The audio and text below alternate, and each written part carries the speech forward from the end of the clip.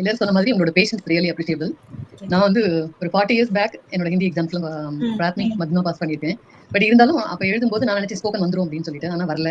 அதுக்கப்புறம் தான் ஹிந்தி மூவி சாட்டர்டேல தூர்தர்ஷன்ல போடுவாங்க. அப்போ தெருவுல ஒரு வீட்ல தான் இருக்கும் டிவி. அங்கெல்லாம் போய் பார்ப்போம் சாட்டர்டே ராமாயண் மகாபாரத் சீரியல் எல்லாம்.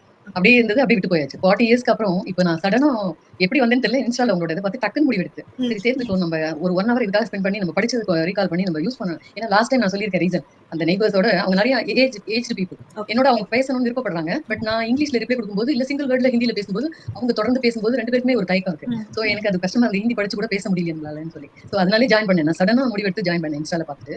பட் இந்த பேசும்போது இது என்னோட மெமரிக்கு ஒரு தெரப்பின்னு கூட சொல்வேன் நான் நிச்சயமா. நான் இப்ப நடுவில் எனக்கு இந்த ஹெல்த் இஷ்யூஸ் வந்து மெமரி லாஸ் ஆயிருக்கு நிறைய. அது ஃபேமிலி மெம்பர்ஸ் இருக்க தெரியும். அதனால என்னோட ஜாப் நான் 2022 குவிட் பண்ணிருக்கேன். ஸோ அதுல வந்து எனக்கு இது பெரிய மெமரிக்கு ஒரு தெரப்பின்னு சொல்லுவேன், பெஸ்ட் தெரப்பி.